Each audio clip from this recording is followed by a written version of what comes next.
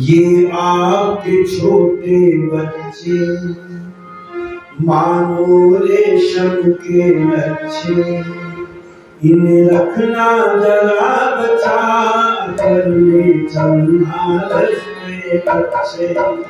ये आपके छोटे बच्चे मानो रेशम के लच्छे, इन्हें रखना जरा बचा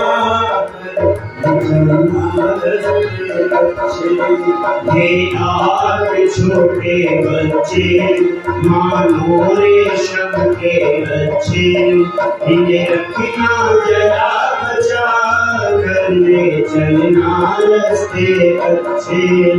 ये आपके छोटे बच्चे। ये फूल महकती ना हो के बन जाए ना काटे, ये फूल महकती ना हो के बन जाए ना काटे। दयानंद गांधी की तरह से ये प्यास भी को बाटे। रहे मन कर ले को सच्चे मानो रेशम के लच्छे, इन्हें रखना जरा बचा कर ले चलना रस्ते अच्छे। ये आपके छोटे बच्चे मानो रेशम के लच्छे, इन्हें रखना जरा बचा कर ले चलना रस्ते अच्छे। ये आपके छोटे बच्चे मानो रेशम के लच्छे, इन्हें रखना जरा बचा कर ले चलना रस्ते अच्छे। लाखों इस देश के दुश्मन जो बच्चों को बहकाते, लाखों इस देश के दुश्मन जो बच्चों को बहकाते। अंधे और अपने बनाकर फिर इनसे भीख मंगवाते। पहना कर फटे से कच्चे मानो रेशम के लच्छे, इन्हें रखना जरा बचा कर ले चलना रस्ते अच्छे। ये आपके छोटे बच्चे मानो रेशम के लच्छे, इन्हें रखना जरा बचा कर ले चलना रस्ते अच्छे। ये आपके छोटे बच्चे मानो रेशम के लच्छे, इन्हें रखना जरा बचा कर ले चलना रस्ते अच्छे। चलना रस्ते अच्छे, ले चलना रस्ते अच्छे। और मैंने कल आपके बीच में चर्चा की थी, सबसे बड़ी संपत्ति यदि मनुष्य की है तो उसकी संतान है। इसीलिए पहले अनपढ़ लोग जरूर थे, जिनको हम अनपढ़ कहते वो पढ़े लिखे थे, और आज जो पढ़े लिखे हैं वो अनपढ़ हैं। आपके लिए उल्टा कैसे हो सकता है? क्योंकि जो पढ़ना चाहिए था वो हमने नहीं पढ़ा, और जो नहीं पढ़ना चाहिए था वो हमने पढ़ा। सबसे बड़ी शिक्षा क्या है? तो कहते संतान का निर्माण करना गृहस्थ आश्रम की भी सबसे बड़ी शिक्षा है। यदि वो कला हमने नहीं जानी तो सब कुछ नष्ट हो जाएगा। और पहले अनपढ़ क्या कहा करते थे? पूत सपूत तो क्यों धन संचय, और पूत कपूत तो क्यों धन संचय। धन की आवश्यकता नहीं है, धन की आवश्यकता इतनी है कि हम अपनी संतान को उत्तम बनाएं। पर आज हमने सब कुछ धन को मान लिया है, धन ही सब कुछ। और इसलिए बाद में संतान से रोना पड़ता है, पश्चाताप करना पड़ता है। और ऋषि गांधी महाराज सत्याग्रह प्रकाश के दूसरे समुल्लास में चर्चा करते हैं, मकान भले ही कच्चा रह जाए लेकिन इंसान पक्के बनाओ, मनुष्य को अच्छा बनाओ। जब मनुष्य अच्छा है तो दरवाजे खुले छोड़ दोगे, कोई खतरा नहीं है। और यदि मनुष्य खतरनाक बन गया तो ताले भी लगाओगे तो भी खतरा है। क्योंकि तिजोरी तोड़ करके ले जाते हैं कि नहीं ले जाते, बैंकों को लूट करके ले जाते हैं कि नहीं ले जाते। क्यों? क्योंकि हमने मनुष्य को मनुष्य नहीं बनाया। आप कहेंगे फिर कैसे बनाए? तो ऋषि ज्ञान जी महाराज कहते संतान के निर्माण के लिए 3 गुरुओं की जरूरत पड़ती है। सबसे पहला गुरु कौन है? तो मैंने कल बताया था, माता की जब सबसे बड़ी जिम्मेदारी है। और माँ बच्चे को क्या शिक्षा दे? तो ऋषि ज्ञान कहते हैं जब बच्चा बोलना प्रारंभ हो जाए तो उसको अक्षरों का ज्ञान होता है। ये अक्षरों का ज्ञान कौन कराती है? माँ कराती है। माँ जैसा जैसा बोलती है बच्चा भी वैसा वैसा ही बोलना प्रारंभ हो जाता है। यदि माँ शुद्ध स्वरों का ज्ञान कराएगी तो बच्चा शुद्ध स्वरों का ज्ञान सीख जाएगा। लेकिन क्या सिखाए बच्चे को? विद्या। तो पूछा विद्या किसको कहते हैं? तो कहा ईश्वर से लेकर पृथ्वी पर्यंत सारे पदार्थों का ज्ञान हो जाना विद्या कहलाता है। पर आज कोई ईश्वर को बताता बच्चे को? ईश्वर के बारे में बताते हैं क्या? नहीं बताते, क्योंकि वो समझते हैं सब स्कूल में सीख जाएगा। पर नहीं, ये माता की जिम्मेदारी थी। माँ बच्चे को बताती थी, और देखो कैसे बताती थी, उसी से पदार्थों का भी ज्ञान कराती थी और उसी से ईश्वर का भी ज्ञान कराती थी। कि देश की माता मेरी माता कहलाती थी, जो बच्चों को अक्षर ज्ञान कराती थी। देश की माता मेरी माता कहलाती थी, जो बच्चों को अक्षर ज्ञान कराती थी।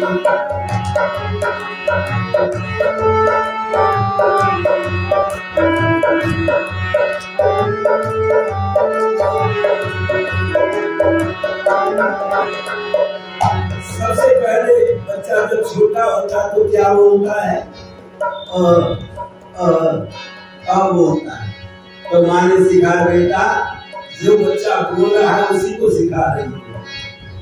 से अक्षर कहलाता प्रभु नष्ट नहीं होता है। से अक्षर कहलाता प्रभु नष्ट नहीं होता है। आसे आते के संसार होता है। इसी की पहले बंधु को समझाती थी, जो बच्चों को अक्षर ज्ञान कराती थी। इसकी माता कहलाती थी, जो बच्चों को अक्षर ज्ञान कराती थी। से अक्षर, अब अक्षर जो लिखने के होते हैं उनको भी क्या कहते हैं? अक्षर। और अक्षर परमात्मा को भी कहते हैं। आज से 40 साल पहले मैंने एक मंदिर देखा, उसका नाम लिखा था अक्षरधाम, अहमदाबाद में। मैंने पुजारी से पूछा, मैंने कहा इसका नाम अक्षरधाम क्यों रखा है? वो नहीं बता पाया इसका नाम अक्षरधाम क्यों है। क्योंकि याद रखना, यदि आपने गीता को पढ़ा है तो आप जान सकते हैं अक्षर परमात्मा को कहते हैं। और यदि आपने सत्यार्थ प्रकाश को पढ़ा है तो आप जान जाएंगे अक्षर परमात्मा को कहते हैं। क्षर कहते हैं विनाश होने को, और अजोड़ने से जिसका कभी विनाश नहीं हो। अविनाशी कहो या अक्षर कहो, पर्यायवाची शब्द हो। अविनाशी कहेंगे तभी अक्षर सिद्ध होता है। इसलिए कहते हैं परमात्मा को ही अक्षर कहते हैं, और लिखने के भी बोलने के भी अक्षर होते हैं। क्या बेटा जो तू बोल रहा है ये भी अक्षर है, ये कभी नष्ट नहीं होता। क्योंकि हम मरेंगे, मरने के बाद दोबारा जन्म होगा तो ABCD बोलना शुरू करेंगे या LI बोलना शुरू करेंगे। कितनी बार भी जन्म ले लो, मुंह से वही निकलता यही निकलते हैं। पता चला ये शब्द भी कभी, ये अक्षर भी कभी नष्ट नहीं होती, ये हमेशा रहते हैं। और कहते हैं अ से क्या पढ़ाते हैं स्कूल में? अ से अनार। अच्छा बच्चा अ से अमरूद लिख दे तो पास करेंगे या फेल करेंगे? फेल करेंगे। क्यों? क्योंकि हमने अमरूद ही पढ़ाया है, असे अनार ही पढ़ाया, अमरूद नहीं लिखा। ये अविद्या है। अनेक पर्यायवाची शब्द होते हैं, वो कहते बेटा अ से अक्षर होता है, परमात्मा को अक्षर कहते हैं। अ से उसी परमात्मा ने अनार बनाया है। अब देखो, पर प्रकृति का भी ज्ञान हो रहा है और परमात्मा का भी ज्ञान हो रहा है। और पर उसी को आदि कहते हैं। आ से आदि, आदि कहते हैं प्रारंभ। वह परमात्मा इस संसार को बनाता है, अनार को बनाता है, अमरूद को बनाता है, आम को बनाता है। उसी परमात्मा के लिए बनाए, नहीं आपने बनाए हैं किसी ने। हम कलम लगा करके उसको बड़ा कर सकते हैं, उसकी आकृति को थोड़ा बहुत सुधार कर सकते हैं, लेकिन मूल चीज हम नहीं बना सकते। इसलिए परमात्मा ये सारी चीजें बनाता है। और से अनार, आ से आम, और छोटी से इमली, बड़ी से ईख। पता चला इनको कौन बनाने वाला है। दोनों का ज्ञान माँ करा रही है, प्रकृति का ज्ञान भी करा रही है और परमात्मा का ज्ञान भी करा रही है। बेटा, वह परमात्मा इस संसार को आदि भी करता, बनाता भी है, शुरुआत भी करता है। और जब ये काम करने लायक नहीं रहता तो इसकी इति भी करता है, अर्थात समाप्त भी कर देता है। अखिल ऐश्वर्य प्रभु का इसे ईश्वर कहलाया। अखिल ऐश्वर्य प्रभु का इसे ईश्वर कहलाया। उसे उत्तर उत्तम सबसे ईश्वर कहलाया। उसे उत्तर उत्तम सबसे ईश्वर कहलाया। उत्तम गुण होने से ऊपर जो बच्चों को अक्षर ज्ञान कराती, इसकी माता माता कहलाती थी। जो बच्चों को अक्षर ज्ञान कराती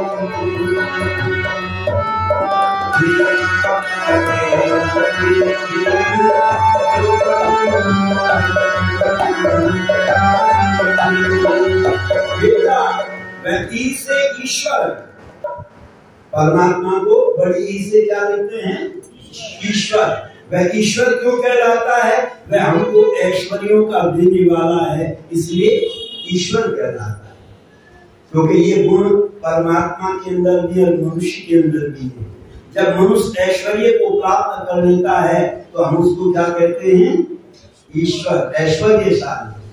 जो ऐश्वर्यशाली है वही ईश्वर है। और वह परमात्मा से उत्तर, ऊपर है, हमसे बड़ा उत्तर है और सबसे उत्तम है, सबसे श्रेष्ठ है।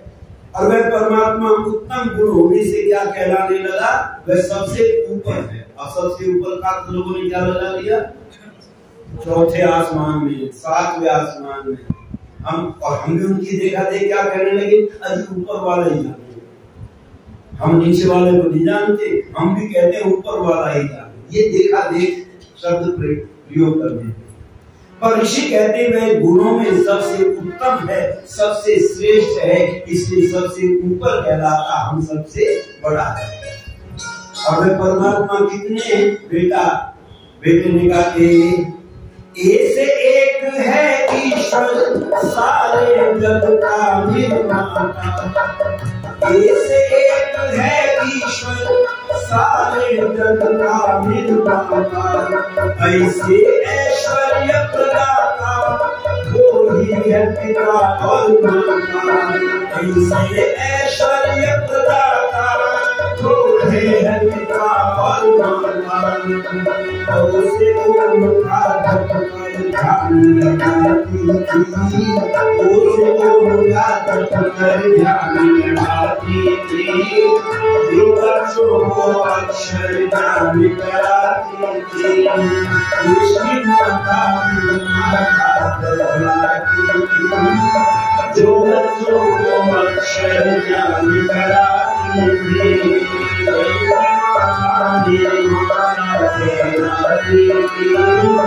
जो बच्चों बच्चे से कहा बेटा ए से ए। कितने हैं परमात्मा? एक। पर एक मानते हो या कितने मानते हो? एक नहीं मानते। मंदिर में आप जाओ तो भगवान ही भगवान जी करें। अगर एक होते तो एक मूर्ति होनी चाहिए, पर हम एक नहीं मानते, इसलिए सारी मूर्तियों को एक जगह रख दिया कि लड़ाई ना हो, झगड़ा ना हो, एक ही जगह बांध लो सब। पर नहीं, परमात्मा एक ही है। स एष एक वेद कहता है परमात्मा एक ही है। और बच्चे को माँ बचपन से ही सिखा देती थी बेटा परमात्मा एक है। अच्छा, फिर लड़ाई होगी क्या भगवान के नाम पर? लेकिन हमने बच्चे को ये समझाया नहीं परमात्मा एक है। एक व्यक्ति मुझसे कहने लगा हम कैसे मान ले परमात्मा एक है? मैंने कहा देखो, मोटरसाइकिल की कंपनी एक है या अनेक है? जी अनेक। तो उनके मॉडल भी सबके अलग अलग हैं। बच्चे से पूछे ये कौन सी मोटरसाइकिल है, छोटा सा बच्चा बता देता ये हीरो होंडा की है, ये यामा की है, ये बजाज की है, ये बुलेट की है। क्योंकि मॉडल अलग है तो बच्चा पहचान लेता है ये मोटरसाइकिल कंपनी अलग है। लेकिन आप बता सकते हो ये हिंदू है, ये मुसलमान है, ये सिख है, ये जैन है, आप बता सकते हो क्या? छोटा बच्चा पैदा हुआ, अस्पताल में डॉक्टर ने आकर के कहा कि साहब हमसे गलती हो गई है, ट्रे बदल गई। ये बच्चे पैदा हुए हैं, इनकी ट्रे आपस में चेंज हो गई है। कौन सा बच्चा किसका हम ये नहीं बता सकते, आप अपने आप पहचान। एक बच्चा उसमें हिंदू का था, एक मुसलमान का था, एक ईसाई का था। फिर पहचान सकते हो? अनुमान से कहेंगे इसकी सूरत किससे मिलती है, ये इसका हो सकता है, पर ये नहीं कह सकते ये ईसा मसीह की कंपनी का है, ये मोहम्मद साहब की कंपनी का है और ये भगवान की कंपनी का है। कोई पहचान करके बता सकता है? मैंने उनसे डॉक्टर साहब से कहा ये काम करो, एक उपाय है। क्योंकि मुसलमान उर्दू बोलते हैं, ईसाई अंग्रेजी बोलते हैं और हिंदू हिंदी बोलते हैं, तो ये काम करो बच्चे को इंजेक्शन लगाओ, स्विच हो, और जब बच्चा रोएगा तो जो मुसलमान का बच्चा होगा वो अधिक दिल पे करके रोएगा, और जो हिंदू का बच्चा होगा वो अ आ ई उ करके रोएगा, और जो ईसाई का बच्चा होगा वो ABCD करके रोएगा। पता चल जाएगा किसका बच्चा है। पर जब डॉक्टर साहब ने समझ चुकाई तो सब एक जैसी आवाज में रोए। पता चलता है सबको बनाने वाला परमात्मा एक ही है। पति रेखासित वेद में कहते हैं परमात्मा एक था, एक है, एक ही रहेगा। इसलिए मां समझा रही है बेटा वह परमात्मा सारे संसार को बनाने वाला जो है वो एक है, और वो क्या करता है?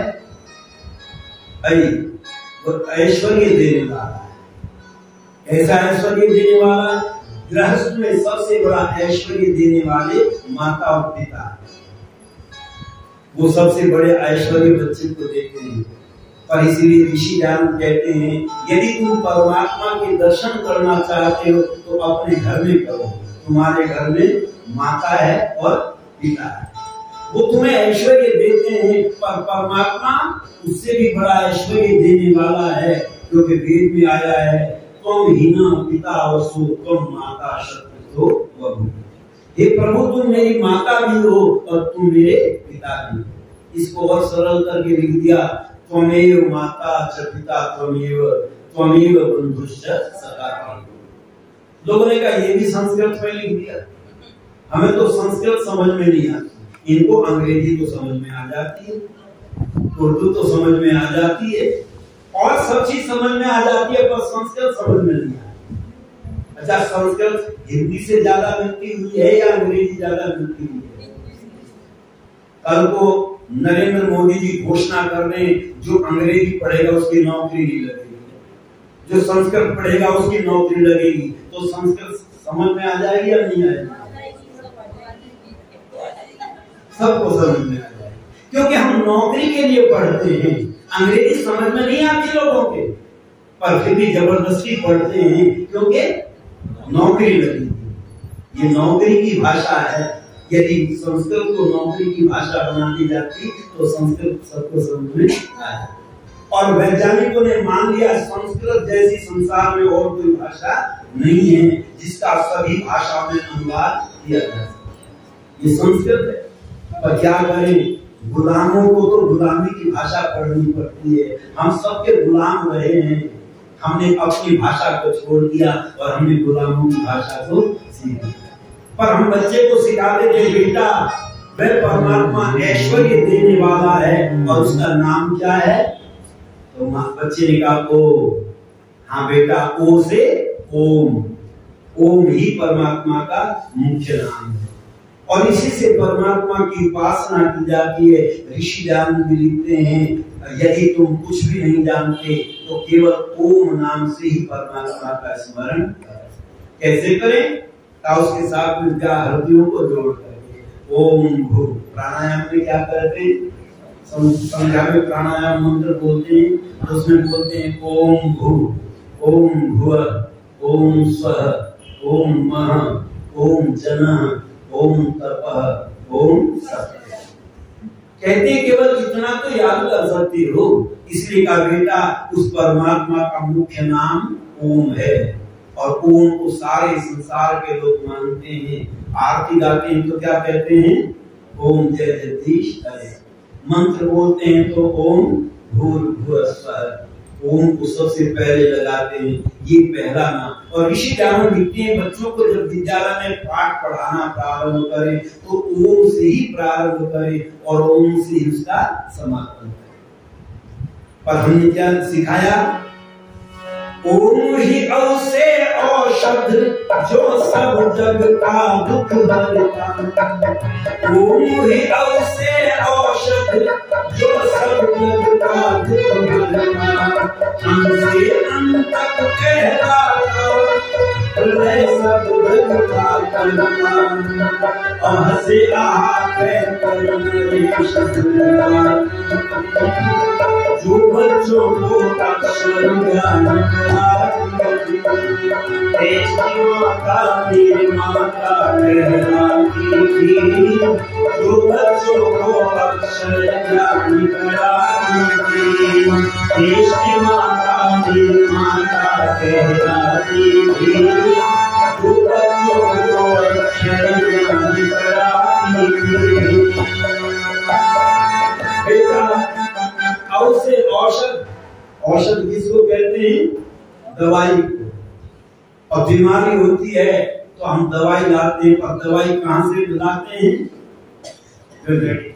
इस प्रकृति में से ही दवाई लाते हैं। कहते हैं परमात्मा ने अगर प्रकृति के कारण हमारे अंदर कोई बीमारी आती है तो उसकी दवाई भी किसने दी है? परमात्मा ने। और उसका ज्ञान किसने दिया है? वेद का ही उपवेद आयुर्वेद है। यदि बाइबल में कोई आयुर्वेद है, कुरान में कोई आयुर्वेद है और किसी ग्रंथ में बीमारियों का इलाज नहीं लिखा है। पता चला इस प्रकृति में विकृति आती है। ये शरीर हमारा प्रकृति से बना हुआ है तो प्रकृति में विकृति आएगी तो शरीर में भी विकृति आएगी। सर्दी पड़ेगी तो आपको जुकाम होगा, बरसात होगी तो खांसी उठेगी, रोक नहीं सकता कोई।